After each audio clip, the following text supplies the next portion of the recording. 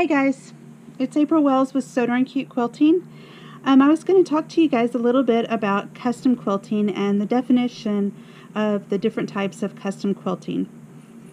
First of all, when I began quilting, I was taught by Cindy Needham, and she's a very, very good intricate, detailed quilter. And she does all of her quilting on a sit-down sewing machine, and it was kind of like this one right here. You can see that it has cross hatching, it has some feathers, it has swirls, and so it's very, very dense. So learning how to quilt like this at first, and then learning how to pull away from this has been difficult for me. So that's kind of why I wanted to do this little experiment and kind of see how long it took me to do a quilt and make it custom, and the different definitions of custom to clarify for myself and for everyone out there, to maybe kind of help other quilters out that are struggling with the definition of custom quilting too. So this one would be a full custom quilt, is what I would say. This next one here, it's a full custom quilt too. It has feathers, it has design work in it, it has cross hatching, and then in the cross hatching it has detailed swirls and straight lines all throughout it. Now this is the back and this is the front.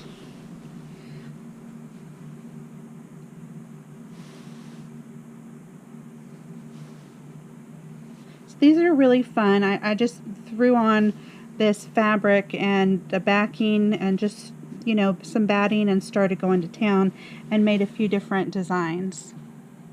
So here's another one, but this is kind of a different level of custom because this has free-flowing feathers and it has straight lines and swirls in the background.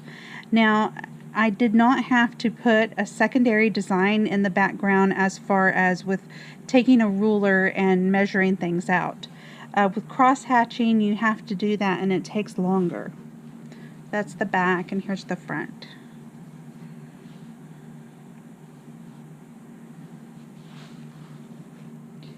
Now this one I did have to make points, and I had to meet those points with the ruler and make a design, and I think I went back and forth from one side all the way to the other side whenever I was quilting this, and then went back in and did the swirls and the straight lines right here. And this is a designed custom quilt. This one does take a little bit longer than the free-flowing feathers. So as you can see, it does kind of get a little bit confusing on, you know, where to categorize the custom quilting. So what I've tried to do is to make a couple of quilts and see if I can kind of categorize it in my head a little bit better and maybe be able to show it to a client about what would be expected. So here, this one is minimal custom quilting. It's actually, I call it slightly custom quilted. And it has about an inch in between the lines.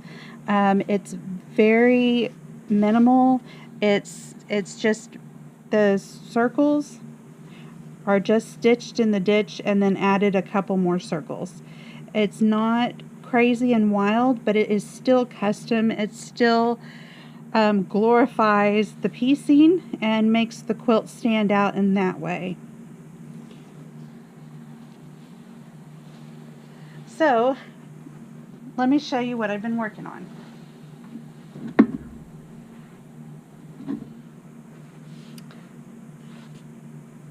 Actually, there was one more, and this one is mid custom quilting. Okay, let's see if I can get you a good shot of a piece here. Okay, this one has, the piecing has designs within the piecing. And it is marked out and it is designed, and then it has some free motion quilting inside of it. So these designs are less than an inch apart, and so it knocks it up to the mid custom quilting level. This is kind of a little bit more about each triangle has kind of the same motif going on in it. So that would be a mid custom quilt. So let's look and see what would be, you know, a full custom quilt, or could actually be a show quilt.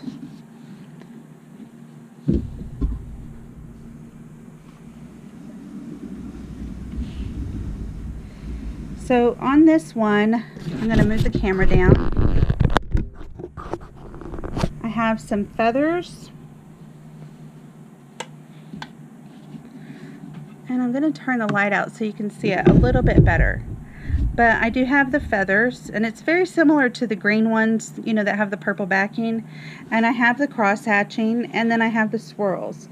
So this one is mapped out, and this is a custom quilt because it's full custom because, okay, first of all, this design that I'm going to do here, it has to repeat itself 8 times over the whole quilt. So I'm going to have to measure from this point to this point, from that point right there to here, to make sure that they are the same on all of the sides. And then whenever they meet up here in the corner, to have them meet up just right. So what I'm going to do is I'm going to finish up doing some cross hatching that I'm doing right here, and then I've got some swirls and pebbles right there, and then over here I'm going to put some straight lines. But this one would definitely be full custom. Now the next level up after full custom is show custom. And show custom, the difference is, let me show you. So on full custom, when I'm quilting your quilt, what I'm going to do is I'm going to pull up the bottom thread. The bobbin thread is going to come up, and I'm going to pull it up, and I'm going to tick it down until that thread stays in place. If I was going to do a show quilt, these 2 threads would not be tacked down. You would just begin quilting.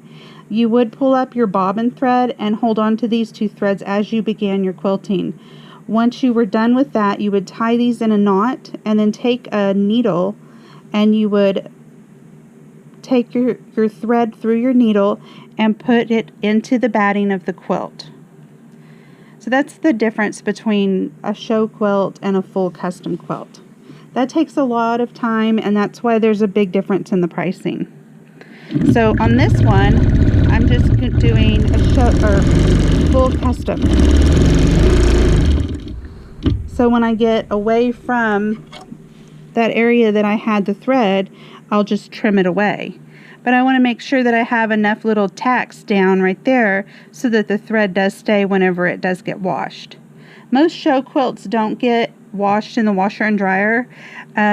This quilt will probably get washed in the washer and dryer, and delicately washed. So I do want to make sure to tack those down. I don't know which one is more secure. Some people say one is and one isn't. But obviously I like to do the one that's easier. So let me show you the thread that I'm using. It's So Fine by Superior Threads. It's number 402. It's kind of a cream colored thread, and this one blends in really well with it on the same color, and it actually it's a thinner thread, so it doesn't stand out so much, and it doesn't bunch up as much when it overlaps itself. Well, I hope I kind of gave you a little bit of education on custom quilts and the difference in the different types of custom quilts. If you have any questions, please ask me. And if you really like this video, please like it and subscribe. Thank you.